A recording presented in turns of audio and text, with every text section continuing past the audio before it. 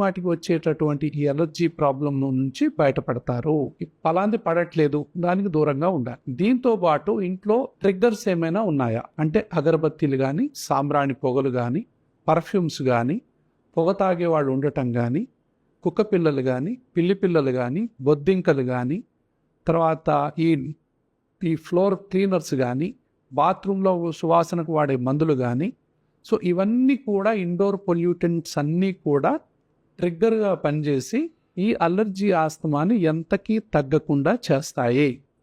ఇంట్లో ఇండోర్ పొల్యూషన్ని తగ్గించుకోవటం, సరి అయిన సమయంలో ఇన్ఫ్లుయెన్జా వ్యాక్సిన్, న్యూమోకోకల్ వ్యాక్సిన్ తీసుకోవటం, దాని తర్వాత అలర్జీకి సంబంధించి anti allergy medication, anti asthma medication వాడినట్లయితే ఈ చీటికి మాటికి వచ్చేటటువంటి ఈ అలర్జీ ప్రాబ్లం నుంచి బయటపడతారు.